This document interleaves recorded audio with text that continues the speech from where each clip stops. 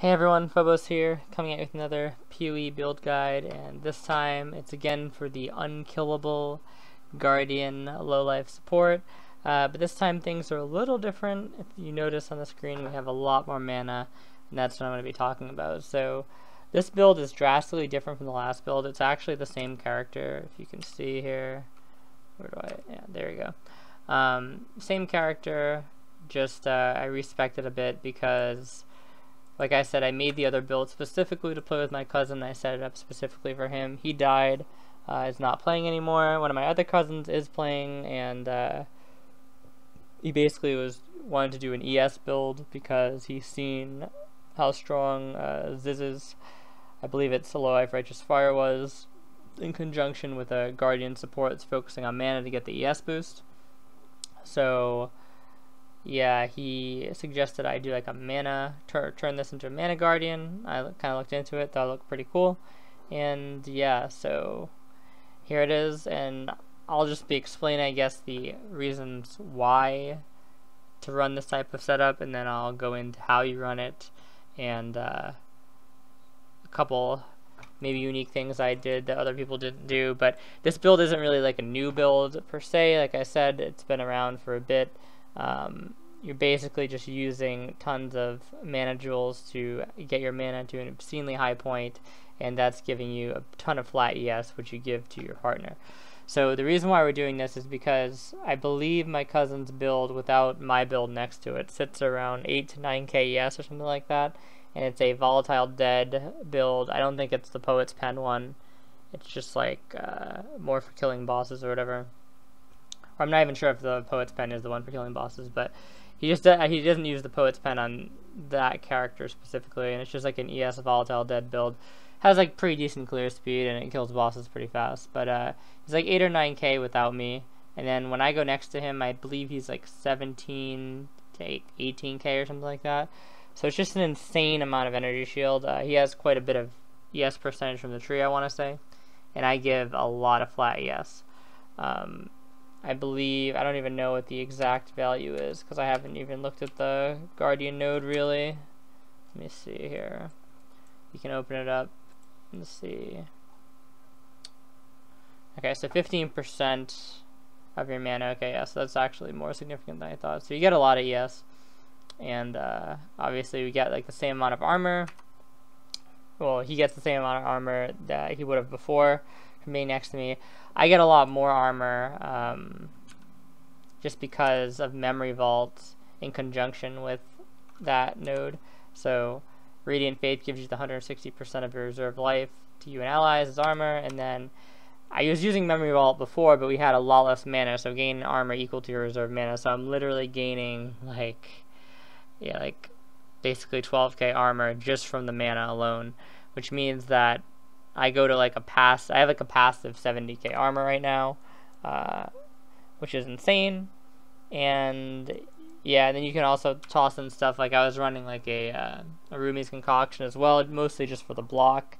And if I actually swap this in, and then I go back to town to refill it, and then I come back, I'll pop the Rumis and the Assault. I have 110k armor. Now the thing is, like, at this point, that's like super overkill.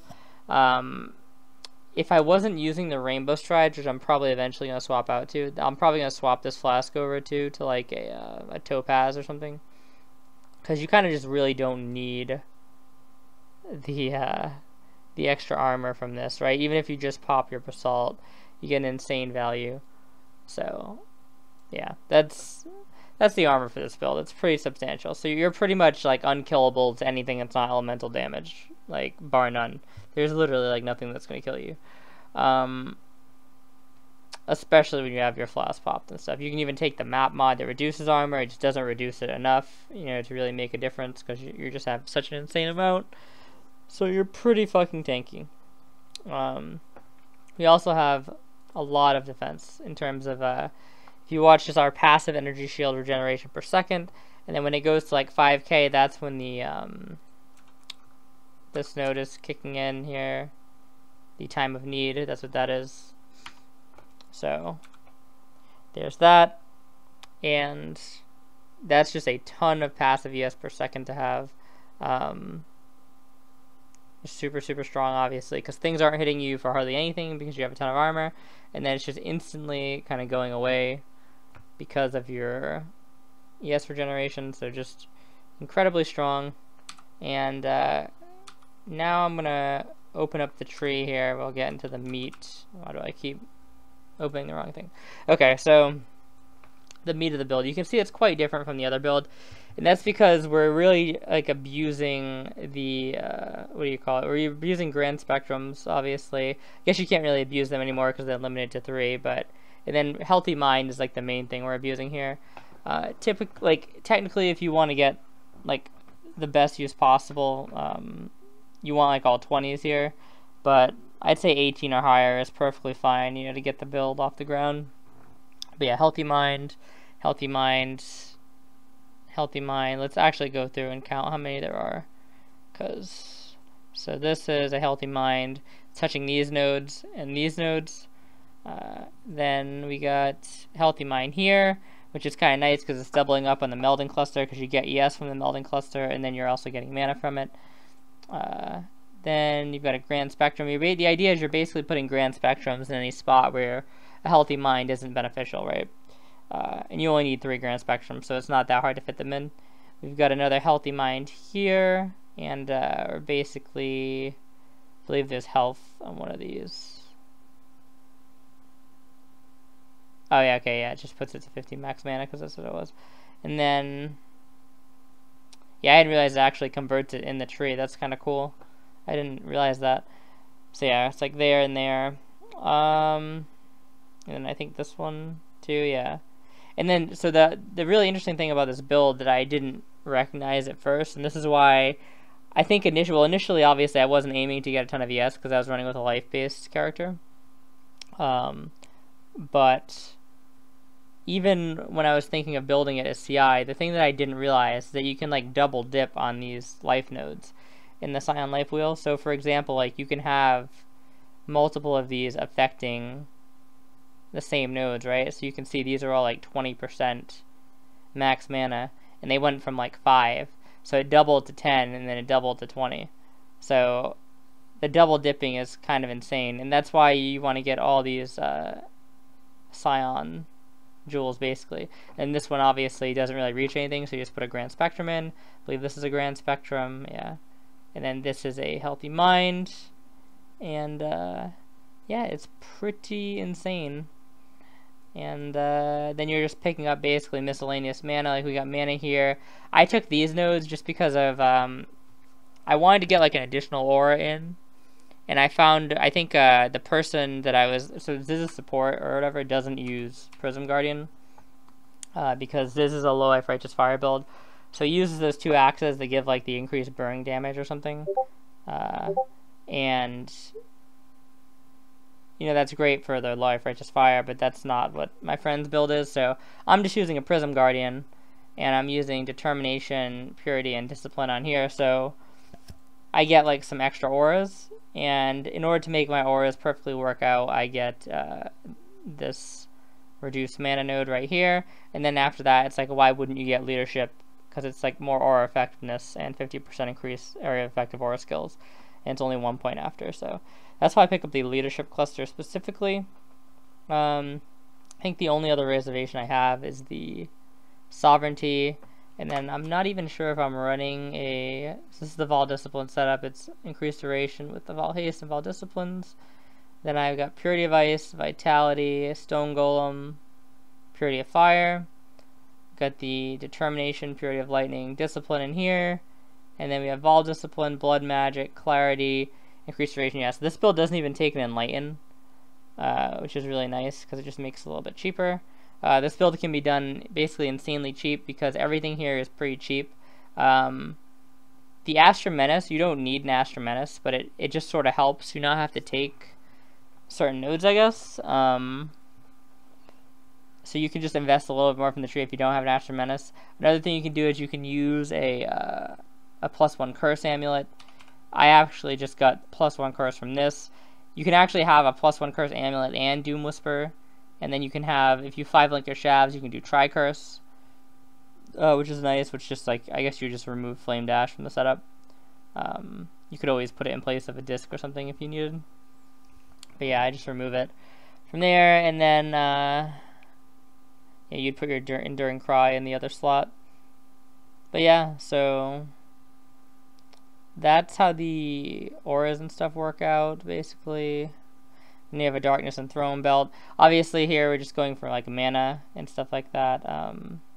This is a pretty good jewel to have, specifically like stuff like the 27% increased armor if you haven't killed recently, and that gets doubled in the Darkness and Throne. So just a really good belt here. Obviously I'm not even taking really full advantage of it because the jewels in here are pretty bad overall. They don't give that much mana or ES. Like it can essentially go to 50. You can have at least 45s in here for a little bit of cost, but it's kind of expensive for me, so I decided to keep it like this.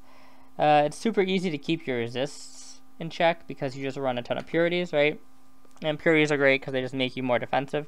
This is definitely like the no damage version, right? Like the person you're running with kind of needs to have enough damage by themselves because you don't really run damage auras for this.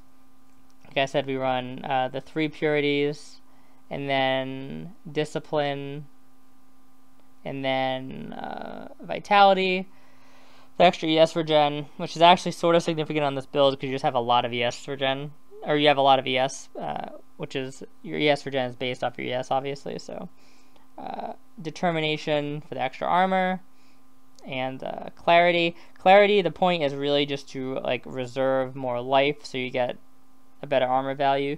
You can actually put it on your life or your armor, or I mean your mana or your life, either one. Like, so if you want more ES, you can just put it on the mana, and if you want more life, you can put it on more life reserved. You can put it on the life. The mana was already pretty close, so I just put it on the life. But yeah, so that's the build, or that's the how all the sockets work and stuff like that. In terms of the non-unique items, so you see unique item, like this is self-explanatory, right, for the armor. This is obviously, you use it for the ES. You can use like a Bright Beak if you want, but I feel like it's not necessary in most cases because you're not actually like doing anything. Like your job is just to like be near the person pretty much, and then you can cast like your curse on hit Orb Storms. So yeah, you don't really need to be doing too much. So I don't feel like you really need a Bright Beak. Lori's Lantern, obviously, because you're low life, and it just gives you Chaos Res, it gives you 20 all res, it gives you movement speed, and it gives you unlucky when enemies are damaging you, which is the main thing. And we got the Shavs, obviously. This can be replaced with a Lorca. And if you don't have enough for Shavs, it doesn't cost much on softcore, but pretty expensive on hardcore. And then obviously Prism Guardian. Rainbow Strides are actually great for this build because they give a lot of ES while having mana, and they give you the block, and they give 25 movement speed and 20 all res, so they're a really good pair of boots. Not to mention, it's probably easier to find a pair with the enchant you want, which is probably going to be 2% of life recovered if you've been hit recently. This is not the right enchant. Probably going to sell this at some point when I actually get the other boots, but I haven't been doing a ton of math lately. Shaper's Touch gloves, obviously using these just to get some extra mana, and yeah, so yeah, you can get some extra energy shield per 10 strength as well, so pretty good gloves. But yeah, nothing here really absurdly expensive except the Shavs, and you don't even need it because you can just use the Lorca. If I were to put a Lorca on, I'd probably go down to like 11k, I assume, or something like that, so you know, and considering you're so tanky, it's just very easy to level this build with like anything else, you know, as long as you have like a decent DPS or something, and you don't do like insanely high level maps, you could do this build like 8k ES, so not really a big issue. In terms of like some things I did on the tree here, like I said, I already mentioned the Whispers of Doom. Now there's some spots where it's like a debate between you getting more mana, right, and for yourself or your partner. So like for example, you probably want to take Arcane Focus, but you don't necessarily need to like come down here and grab these extra nodes. Like what you can do is you can take stuff like this, come down, this is 3 points, You can put more points into something like this. This is like you can put an extra point in here instead of just taking the big node. So it just kind of depends. Like this is another case where you can do the same thing. So there's some spots in here where I prioritize more energy shield for myself over giving more energy shield because my partner already gets an absurd amount of ES. So it's just kind of like your call there. You can also put another mana point here. So the cool thing about this build actually is like it's not really in a spot where when you hit a high level your points become insignificant until a certain point, right? There's actually a lot of like micro improvements you can get with each level. So even if you can't hit another keystone soon, you're still getting like either a significant amount of mana because it's 8% of mana on already like a large amount of mana, or you can get more ES for yourself, which is going to be a lot of ES because you know you already have a lot of ES. So it's really nice because like every level you get, it feels like a significant improvement, I would say. So I really like that about the build. I get Conduit here because the endurance charges, just sharing it. If your party member has a way to get the charges you give, which is pretty much going to be endurance charges, then you don't have to take Conduit. Obviously, another thing in this build is Elemental Equilibrium. It's very easy to take this. I'm playing with an Inquisitor buddy, so I don't actually take it, but I actually could take it, and it would help a little bit. I might actually try it in the future, just to see, because especially with Volatile Dead, it's interesting. It's like one of those things where the sustained DPS isn't like insane, but you're basically like pre-casting a bunch of balls when you go into the boss room, and they're all slamming into the thing at the same time. So it's like if they crit, they tend to do massive damage and just eradicate the boss. If they don't crit, they still do a ton of damage, but they might not like one-shot the boss. Whereas if I took Equilibrium, because the Inquis Ascendancy, or what is that one called? I forget what it's called, but you know the one where it's like crit and it pens their resistances. So like if he doesn't crit and I have Equilibrium up, it's still gonna do a ton of damage. So yeah, I may actually take that, but not really necessary. Obviously, I took it in the prior build, and it was really good. So if you're playing with somebody who isn't Inquis, it's obviously amazing. But yeah, it's interesting. This node and the life node, it just can't get hit by any of these. I don't think fully, so it's not worth taking it. But oh yeah, making sure you get this as well. Significant amount of mana. This is another place you can get a little bit of additional mana. You get a little bit of additional mana here too. So there's lots of places where you can squeeze out additional mana. You can also like take more strength here. I'm probably going to be taking this 30 strength node next because of the Shaper's Touch. Actually, it gives you a decent amount. It would give you like what is it, 6% ES and oh yeah, so it gives you mana per strength as well. Yeah, so you're like that node kind of like double dips a bit, and it's quite good. I think I just took it out because I put one into Doomcast or something like that, or there was something else that was like important for. Oh no, it was to put this Healthy Mind in, because obviously like this is going to give you more than just taking this node individually. But next level, I'm probably going to take this node. So if I don't take Equilibrium, but yeah, so there's a lot of different things you can do with this build. You can kind of tweak it to fit the needs of your character. And the playstyle is basically you just go through the map. I'm going to upload some videos with shield charge, and you're just like keeping up to your partner. You're spamming Enduring Cry, and see, I have 3 Vol Disciplines because I'm kind of like a monkey, and I just keep them rolling pretty much all the time throughout any difficult content. Normally stack them up from the boss and just sit in the boss's face with Vol Discipline. So that's kind of fun. You also have Vol Haste in this setup. Right now I replaced it with Flame Dash just because the map we were doing has a lot of ledges. I think we were doing some shores. And then for the Golem, I just use Stone Golem because it's like another source of taunt, so it's just like more safety. It's like another layer of defense, in addition to the fact that it gives a decent amount of life regen, and nothing else is really going to affect me. I mean, you can use Lightning Golem for faster shield charge. That would probably be the only other option you'd really use. And I think that's pretty much it. Yeah, the Overstorm setup and the Enduring Cry setup, obviously, but nothing really else to talk about. So this is the better version, I would say, of the other build. At least if you're running with somebody who has ES, because you're going to give them an insane amount of ES. From all the flat ES you give them from your mana.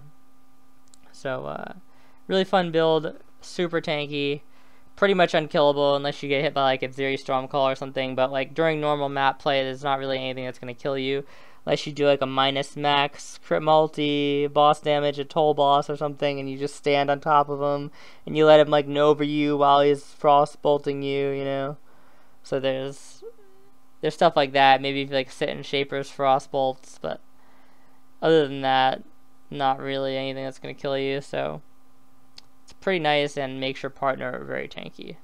So thanks for watching, and talk to you guys later.